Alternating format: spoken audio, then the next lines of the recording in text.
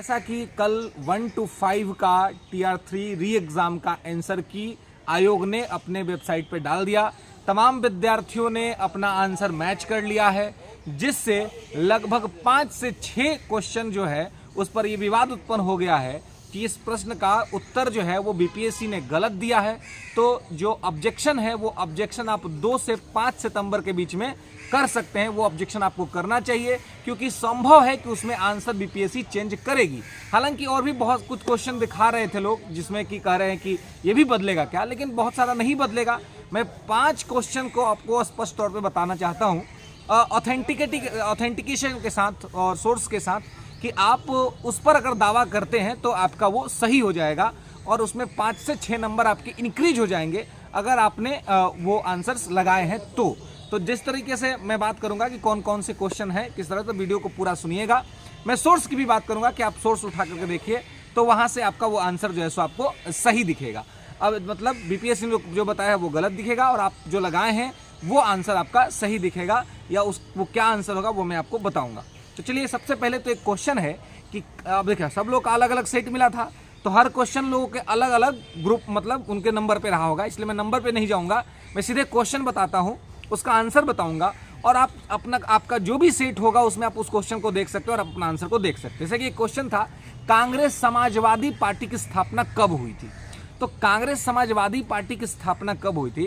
तो देखिए, बंबई में 17 मई 1934 को जो है सो बैठक हुई थी और वहां पर जो है कांग्रेस समाजवादी पार्टी की स्थापना हुई थी। जिसके अध्यक्ष कौन थे? तो जिसके अध्यक्ष थे आचार्य नरेंद्र देव और जिसके सचिव थे जयप्रकाश नारायण, जो कि हमारे बिहार से ही संबंधित थे लोग। तो इन्होंने यहाँ पे इसकी स्थापना की थी और भी इसके अन्य सदस्य थे। तो इसकी स्थापना 17 मई 1834 को हुई थी, लेकिन इसका उत्तर बीपीएससी ने 17 मई 1834 को नहीं माना है। तो इस क्वेश्चन को यदि आप दावा करते हैं, इस क्वेश्चन पे यदि आप ये करते हैं तो आपका ये क्वेश्चन सही हो जाएगा अगर आपने 17 मई 1834 अपने आंसर में डाला है तो। ठीक है, अब इसको क्या है कि आप देखिएगा कि पीछे बीपीएससी जो कमीशन का एग्जाम होता है उसमें भी ये सवाल पूछा गया था और उसमें ये आंसर माना है बीपीएससी ने।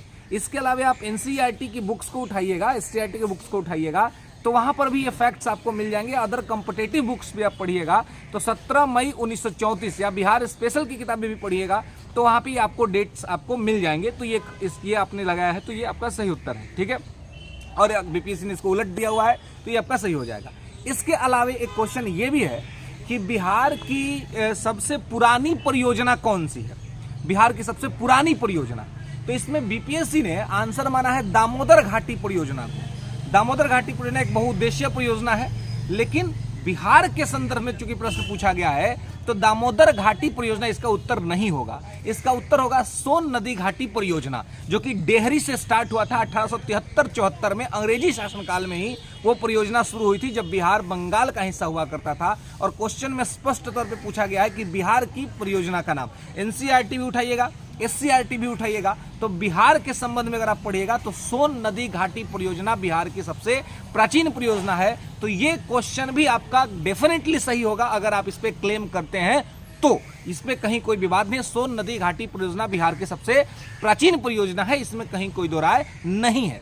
इसके अलावा अगर हम बात करें तो एक क्वेश्चन ये भी पूछा गया था और उस पर भी गलत उत्तर आया है आयोग की तरफ से। करंट से रिलेटेड वो क्वेश्चन है कि संसद से कितने सदस्यों को निष्कासित किया गया? संसद में कितने सदस्यों को निष्कासित किया गया? तो इस प्रश्न में अलग अलग पार्टियों के अलग अलग नंबर्स दिए गए हैं, लेकिन सबके नंबर गलत हैं। जो ऑप्शन में जो नंबर दिए गए हैं वो सबके नंबर गलत हैं और वो मतलब कोई भी नंबर सही नहीं। 3 ऑप्शंस में नंबर्स दिए गए हैं, चौथा ऑप्शन है 1 से अधिक और 5वां ऑप्शन है कि कोई नहीं। तो इसका आंसर होगा कोई नहीं, क्योंकि 146 सांसद जो हैं वो संसद से निष्कासित हुए थे, जिसमें से 100 सांसद लोकसभा से और 46 सांसद राज्यसभा से। सबसे ज्यादा कांग्रेस से निष्कासित हुए थे 59 सांसद। तो कहने का मतलब इसमें जो नंबर दिया गया है ना, वो नंबर आप पढ़ लीजिएगा ऑप्शन में, वो तीनों नंबर गलत है। तो अगर आपने ई आंसर लगाया है तो ई आंसर आपका सही होगा, इसमें कहीं कोई दुराय नहीं है। तो ये 3 क्वेश्चन हुआ। चौथे क्वेश्चन पे अगर हम बात करें कि एक और क्वेश्चन जो आपका सही होने का चांसेस रहेगा वो ये है कि कौन सा फसल नदी में नहीं उगाया जा सकता है?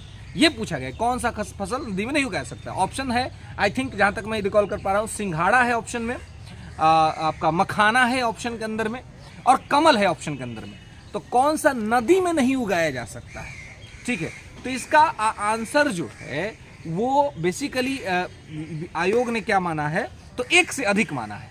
तो एक से अधिक अगर माना है तो आप देखिए ये थोड़ा सा इसमें डिस्प्यूट्स है कि आयोग क्या मानता है, लेकिन देखिए जो कमल मखाना ये सब है ये दलदली फसल पर जन्म लेता है, दलदली फसल पर, ना कि नदी में। नदी तो बहता हुआ पानी है, तो बहता हुआ पानी में फसल उपजा पाना तो वैसे भी मुश्किल है, तो दलदली मिट्टी पर जन्म लेता है। ऐसी स्थिति में एक से अधिक उत्तर कहना सही नहीं प्रतीत होता है।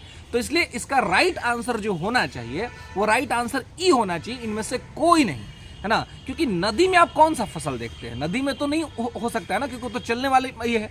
हाँ, तालाब हो सकता है, तालाब ये में हो सकता है, दलदली मिट्टी में हो सकता है, लेकिन नदी में बहते हुए पानी में फसल को स्थापित कर पाना ये मुश्किल है।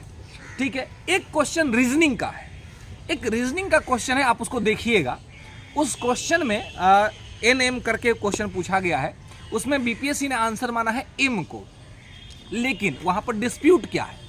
डिस्प्यूट है कि जेंडर क्लैरिफिकेशन वहां पर नहीं हो रहा है कि जेंडर कौन सा है। तो ऐसी स्थिति में अगर उस पर आप दावा करते हैं तो उसका आंसर ई होना चाहिए, इनमें से कोई नहीं, लेकिन वहां पर उसको माना गया है ए ऑप्शन माना गया है, मतलब M को ऑप्शन माना गया। मैं नंबर नहीं बता रहा हूं क्योंकि हो सकता है कि हर क्वेश्चन अलग अलग विद्यार्थियों के लिए अलग अलग स्थिति में रहा हो। ठीक है, तो इसलिए इन क्वेश्चन को आपको जो है सो अपना वहां पर देख लेना है। ठीक है, इसके अलावे संख्या को पिरामिडीय आकार में एक पूछा गया है प्रश्न कि ये किस तरीके से होगा, तो दोनों स्थिति में वो बराबर के स्थिति में रहता है। तो ये सारी चीज़ों को आपको इसमें जो 4-5 क्वेश्चन मैंने आपको बताया, ये डेफिनेटली अगर इस पे आप दावा करते हैं तो डेफिनेटली आपको जो है सो फायदा होगा और आप जो है सो इसमें सही कर लेंगे। तो चलिए चैनल को लाइक करिए, शेयर करिए, सब